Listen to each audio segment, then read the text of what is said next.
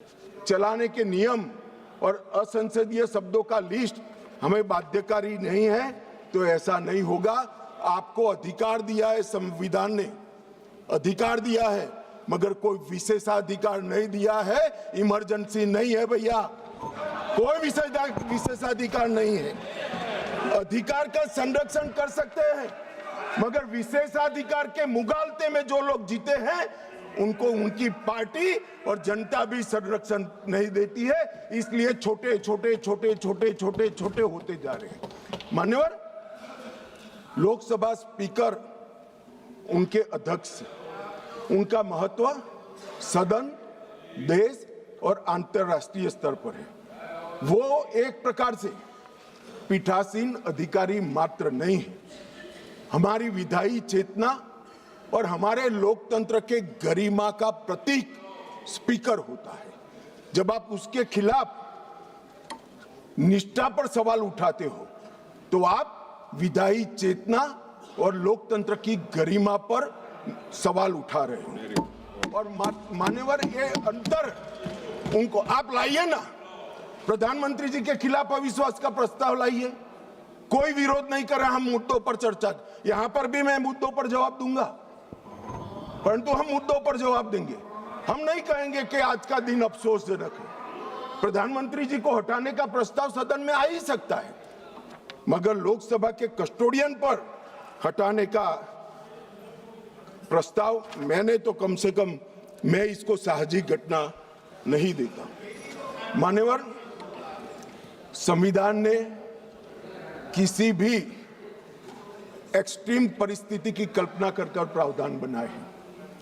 ये कोट कर रहे हैं 94C के अंदर इफेक्टिव मेजॉरिटी से स्पीकर साहब को हटाया जा सकता है, मगर ऐसे तो युद्ध के समय में कई सारे अधिकार सरकार को प्राप्त होते हैं, आज उसका उपयोग नहीं कर सकते। ये असाधारण परिस्थितियों में स्पीकर को हटाने के लिए, लोकसभा हटाने के लिए किया गया प्रावधान है। ये रोजमर्रा की चीज नहीं है, इसका उपयोग रोज रोज नहीं करना चाहिए, कोई ऐसी घटना हो तब करना चाहिए। मान्यवर, अनुच्छेद 96 के तहत अध्यक्ष को हटाने का प्रस्ताव जब विचाराधीन हो तब संबंधित पीठासीन अधिकारियों अध्यक्ष की सदन की अध्यक्षता नहीं करेंगे। क्या हुआ, पहले 3 बार आया, मैंने कहा तीनों बार प्रस्ताव कांग्रेस पार्टी सत्ता में थी तब आए, हम नहीं लाए थे मगर आए। तीनों वक्त ये परंपरा रही कि जब स्पीकर की पर अविश्वास की प्रस्ताव की चर्चा होगी तब स्पीकर साहब इस स्थान पर आसन ग्रहण नहीं करेंगे। तीनों बार, मगर 14 दिन तक सबने अध्यक्षता करी। एकमात्र स्पीकर श्री ओम बिरला है जिन्होंने मॉरल ग्राउंड पर, जब से उन्होंने इसको नामित किया तब से नहीं। और ये हमें मॉरल ग्राउंड सिखा रहे हैं। बिरला साहब को मॉरल ग्राउंड मत सिखाइए। जब आपकी बारी थी, आपकी पार्टी से चुने हुए संसद सदस्य स्पीकर बने थे और आप पार्टी में थे, तब सब बैठे थे, बिरला साहब नहीं बैठे। मान्यवर, उनको मत देने का अधिकार नहीं है तो वो तो बैठे ही नहीं है, तो मत कहां से देंगे। चर्चा में भाग लेने का अधिकार है, मगर वो बैठेंगे ही नहीं तो चर्चा में कहां। अब इससे उच्च मॉरल ग्राउंड कोई हो नहीं सकता। मान्यवर, इसकी प्रशंसा करने की जगह इसकी निंदा करें। मान्यवर, 94C के तहत अध्यक्ष को केवल असाधारण और गंभीर परिस्थितियों में हटाया जा सकता है और वहां पर रूटीन प्रोसीजर नहीं रखी। 3 प्रकार की मेजॉरिटी होती है, सिंपल मेजॉरिटी, इफेक्टिव मेजॉरिटी और स्पेशल मेजॉरिटी जो 2/3 का है। सभी पद के लिए हमारे संविधान ने अलग अलग प्रावधान किए हैं। प्रधानमंत्री जी को हटाना है तो सादा बहुमत चाहिए, मगर स्पीकर को हटाना है तो इफेक्टिव मेजॉरिटी चाहिए। ये एक प्रकार से ये स्पीकर संविधान में लिखा है भाई, पढ़ लीजिए। पढ़ लीजिए मान्यवर, ये एक प्रकार से संरक्षण दिया गया। जैसे न्यायपालिका के, आप बैठ जाइए दादा, बैठ जाइए मान्यवर, ये पद की गरिमा और निष्पक्षता बनाए रखने के लिए एक कार्यकाल तक की इनको एक प्रकार से सुरक्षा देने का काम हुआ है। मान्यवर, मैं अविश्वास प्रस्ताव के जो रखा गया है उस पर भी बात करना चाहता हूं। अनुच्छेद 94C के तहत और लोकसभा के चलने के नियम 200 के अनुसार संकल्प का नोटिस माननीय सदस्य श्री वेणुगोपाल जी और 119 सदस्यों ने दिया। अब शायद वो आधे अधूरे मन से ही लाए होंगे प्रस्ताव। पूरे देश को, दुनिया को मालूम है कि इशू का 2026वां वर्ष चल रहा है। उन्होंने अंदर तिथि में 2025 लिखी है। उन्होंने ऐसा सोचा कि इससे स्पीकर साहब रिजेक्ट कर सकते हैं। उन्होंने संकल्प ही संलग्न नहीं किया। जो संकल्प होता है वो संलग्न करता है, मगर भूल गए, वो कॉपी संलग्न नहीं की। उनको लगा कि स्पीकर साहब इसके कारण रिजेक्ट कर देंगे, और जब ये इनके ध्यान पर ला दिया गया तो उन्होंने नोटिस वापस ले लिया और दूसरा नोटिस आ गया। अब दूसरे नोटिस की बात करता हूं। दूसरे नोटिस में एकमात्र सी गौरव गोगोई के एक्चुअल हस्ताक्षर से बाकी सारे जेरोक्स थे। ये नियमों अनुसार रिजेक्ट होने का मामला है और फोटोकॉपी नहीं चलती है। सदन के सदस्य ने एक्चुअल हस्ताक्षर वाला नोटिस देना होता है। साहब चलो मान लो एक्स्ट्राऑर्डिनरी सर्कमस्टेंसेस है, वो विपक्ष के सदस्य स्पीकर साहब के सामने अविश्वास की प्रस्ताव लाना चाहते हैं, मगर इतनी गंभीरता नहीं है कि नियमों के अनुसार लाए, नियमों के अनुसार लाए। मान्यवर, ये नियम पढ़ते ही नहीं है। कोई पार्टी के नियम से सदन नहीं चलेगा, इस लोकसभा के नियमों से ही ये सदन चलेगा। मान्यवर, फिर भी स्पीकर साहब की ऑफिस ने उनको मौका दिया कि भाई इतने इतने गलतियां हैं, आप सुधार लो। फिर अब उनको शर्म आई कि अब तो सुधारना ही पड़ेगा, ये तो रिजेक्ट करेंगे ही नहीं, तो फिर सुधार कर उसको दायर कर दिया। अब मान्यवर, ये हाई मॉरल ग्राउंड की बात करते हैं और सदन में गंभीरता की बात करते हैं। ये दोनों चीजें इससे ही प्रकाशित होती हैं। हाई मॉरल ग्राउंड ये है कि दो बार नियम अनुसार अविश्वास का प्रस्ताव न होने के बावजूद श्रीमान बिरला जी ने, हमारे अध्यक्ष जी ने उनको मौका देकर नोटिस सुधारने के लिए मौका दिया। और गंभीरता की बात है, 4 दशक के बाद जिस नियम का उपयोग करके प्रस्ताव आया, वो प्रस्ताव नियम अनुसार ही नहीं है। ये नियम को मानते ही नहीं है मान्यवर, और फिर कहते हैं कि हमें बोलने नहीं देते, हमें बोलने नहीं देते। मान्यवर, क्या कुछ सदस्यों ने कहा कि माइक के कारण आया है, माइक बंद हो रहा है। अभी गिरिराज जी भी खड़े होकर बोल रहे थे पप्पू जी के खिलाफ, तो माइक बंद कर दिया। गिरिराज जी का भी बंद होता है मंत्री होने के बावजूद। ऐसा नहीं है भाई, ये सदन नियमों से चलता है, और जो नियम अनुसार नहीं करेगा, डिसिप्लिन से नहीं करेगा, उसका माइक बंद ही हो जाएगा और उसका माइक बंद हो ही जाना चाहिए।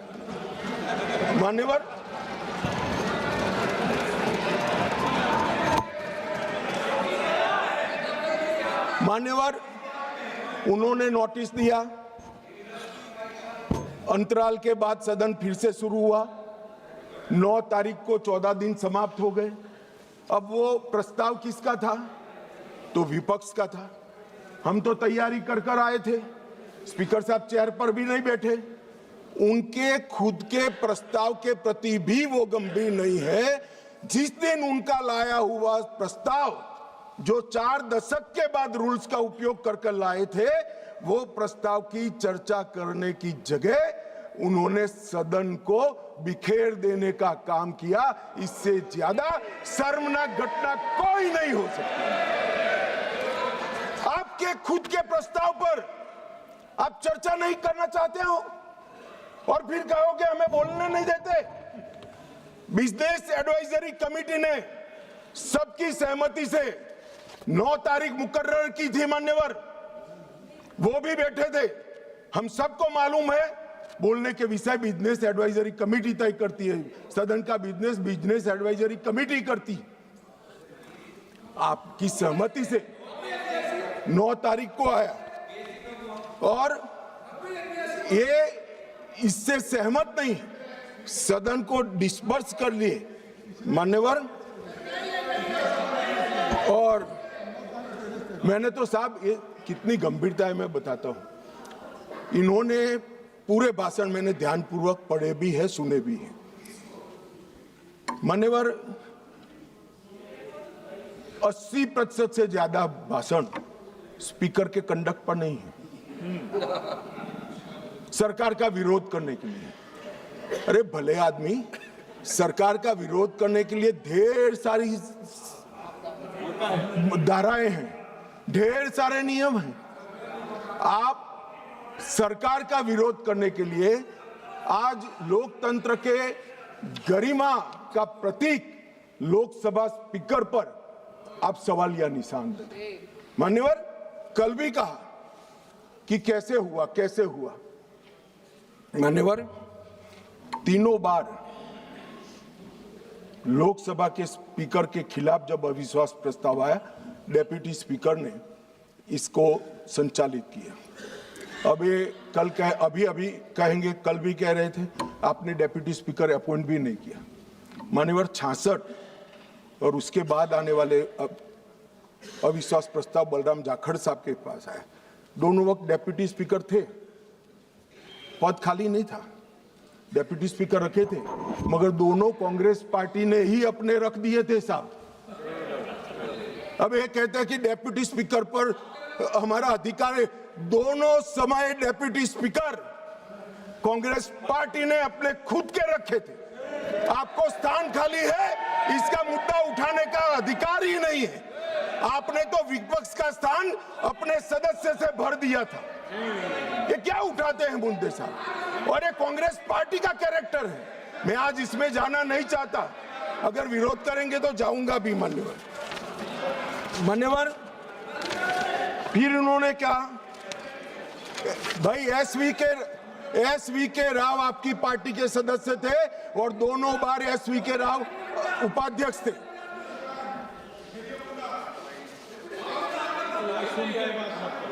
भैया 54 एक मिनट बैठ जाओ। 1954 उपाध्यक्ष श्री एम अनंतशयनम अयंगर कांग्रेस पार्टी के थे। 1966 एसवी के राव उपाध्यक्ष, वो भी कांग्रेस पार्टी के थे। आप तो विपक्ष को इसका भी, हमने तो कम से कम खाली रखा है आपके लिए, आपने तो खाली भी नहीं रखा, सत्ताधारी पार्टी से ही भर दिया।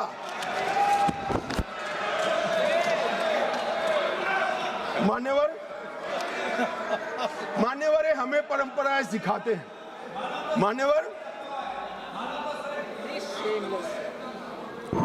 मान्यवर। मैं विद्यमान लोकसभा स्पीकर साहब के लिए भी कुछ जरूर कहना चाहता हूं मान्यवर। 16वीं लोकसभा में 331 बैठकें थी, 17वीं लोकसभा में 274 और 25 तक 103 बैठकें हुई। 25 में बजट सत्र जो था 118% उत्पादकता वाला हुआ। इंदिरा गांधी जी के समय से अब तक एवरेज उत्पादकता 16वीं लोकसभा की 91%, 17वीं की 91% और 18वीं की इतने डिस्टर्बेंस के बावजूद भी 91% रही है। मैक्सिमम स्पीकर साहब के कार्यकाल के अंदर एक हुआ है। शून्यकाल की अवधि को अध्यक्ष जी ने 5 घंटे तक पहुंचाया। साहब, मुझे भी विधायक सांसद रहते हुए 30 साल हुए, मैंने कभी नहीं देखा रात को 12 बजे तक सदस्यों को शून्यकाल उठाने का मौका हमारे स्पीकर, लोकसभा स्पीकर 202 सांसदों को मान्यवर प्रश्न उठाने का मौका मिला और 19 में जुलाई में 161 सांसदों को शून्यकाल उठाने का मौका दिया गया। मान्यवर, अब ये कहते हैं मौका नहीं मिलता है। मान्यवर, नई आवाजों को प्रोत्साहन करना भी स्पीकर का एक नैतिक दायित्व होता है। 19 में रिकॉर्ड 78 महिलाएं संसद में चुनकर आई। सभी महिला सांसदों को बोलने का अधिकार हरेक को 78 की 78 महिला सांसदों को बोलने का अधिकार हमारे स्पीकर साहब ने दिया है।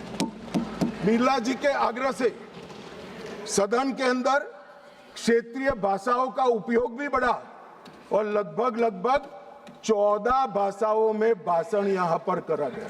मान्यवर, ये बहुत बड़ी बात, सदस्य अपनी भाषा में बात कर सकता है और पहली बार अनुवाद की पैनल पूरी हुई है मान्यवर, और ये बहुत बड़ी बात है। डिजिटल संसद 2.0 लगभग 8000 घंटे का ऑडियो विजुअल रिकॉर्डिंग डिजिटल कर दिया गया है। आज युवाओं को संसद की भाषण और चर्चाएं सुननी है तो वो डिजिटली मान्यवर उपलब्ध है। राष्ट्रीय ई विधान एप्लीकेशन पूरी लोकसभा को पेपरलेस करने की दिशा में हम आगे बढ़ चुके हैं। और मान्यवर, राष्ट्रमंडल अध्यक्षों के पीठासीन अधिकारियों का 28वां जो सम्मेलन हुआ, इसमें बिरला साहब के भाषण को उपस्थित सभी संसद के स्पीकर्स ने इसकी बुरी प्रशंसा कर संसद की बढ़ा है। बिरला साहब ने ही बिल पर प्री सेशन ब्रीफिंग करने का अवसर सांसदों को दिया और सबसे बड़ी बात, अंग्रेजों के समय में बनी हुई संसद से हम भारत की आजादी के बाद बनी हुई संसद में भी बिरला साहब को मान्यवर, ये मैं इसलिए बता रहा हूं कि इसमें से कोई चीज उनकी मंशा से नहीं की है, सबको सर्वसहमति से किया है। मान्यवर, पूरे देश भर में भारतीय जनता पार्टी की छवि खंडित करने के लिए एक प्रचार चल रहा है, उन्हें बोलने नहीं दिया जाता। मगर मैं जो लोग ये प्रयास कर रहे हैं उनको कहना चाहता हूं, इससे भारतीय जनता पार्टी की छवि खंडित नहीं होती, क्योंकि कौन बोलेगा, कितना बोलेगा, कब बोलेगा और क्या बोलेगा, वो निर्णय सत्ताधारी पार्टी नहीं कर सकती। मान्यवर, आप करते हो, ये स्पीकर करते हो। जब आप सुन लो ना, सुन लो, पहले सुन लो। मान्यवर, मैं स्पष्ट करना चाहता हूं कि हमने कभी विपक्ष की आवाज दबाने का काम नहीं किया, और ये लोग जो अभी मेरी आवाज दबाने का प्रयास कर रहे हैं उनको मैं कहना चाहता हूं, विपक्ष की आवाज दबाने का काम तो 1975 में हुआ था, जब समूचा विपक्ष जेल के अंदर बंद कर दिया गया। ये विपक्ष की आवाज दबाना कहते हैं मान्यवर। और ये नियमों के अनुसार सदन चलाने का दायित्व मान्यवर स्पीकर का होता है, और ये स्पीकर को जो दायित्व दिया है वो लोकसभा के नियमों के तहत दिया है, जो बिरला साहब के समय में नहीं बने। 349 इनकी अविश्वास की प्रस्ताव में जिस स्पीकर के अधिकार के कारण अविश्वास प्रस्ताव लाए, मैं सब स्पष्ट करना चाहता हूं। सदन में सदस्य का समग्र आचरण कैसा हो वो तय करने का अधिकार नियम संख्या 349 में पीठ को दिया है, आसन को दिया है। बोलते वक्त भाषा, प्रासंगिकता और मर्यादा तीनों उसका निर्णय करने का काम माननीय अध्यक्ष जी को दिया है। मैंने पहले भी कहा कि मैं आज यहाँ स्पीकर साहब के अविश्वास के प्रस्ताव पर बोल रहा हूं, तो इस देश में माओवाद समाप्ति के कगार पर आए, इस पर नहीं बोल सकता, इसकी प्रासंगिकता नहीं है मान्यवर। और कितना बोलना है इसके लिए भी कुछ नियम बने हैं, कुछ परंपराएं बनी हैं। और मान्यवर, ये जो कहते हैं, मैं आज कांग्रेस पार्टी को थोड़ा बताना चाहता हूं। मान्यवर, 70वीं लोकसभा कांग्रेस पार्टी को 157 घंटे और 55 मिनट का समय दिया गया, जबकि उनके 52 सदस्य थे। इसकी तुलना में बीजेपी को 349 घंटे और 8 मिनट दिए गए, जबकि हमारी सदस्य संख्या 303 ही।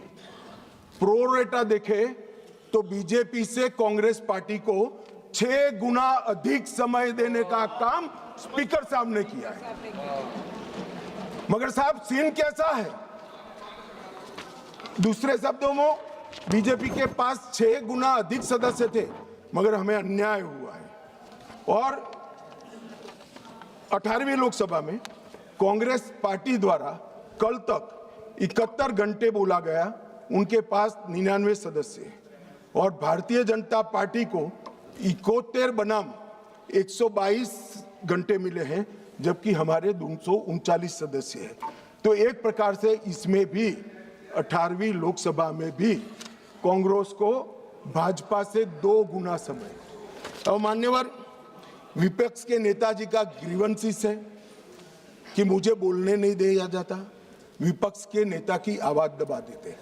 अब मान्यवर, मैं उनको पूछना चाहता हूं, कांग्रेस पार्टी में 157 घंटा 55 मिनट बोला गया, वो कौन बोलेगा, वो तय कौन करेगा? स्पीकर करेंगे क्या? नहीं, वो तय आपको करना है, विपक्ष के नेता ने करना है। मगर बोलने का मौका आता है तब जर्मनी होते हैं, इंग्लैंड होते हैं मान्यवर, और फिर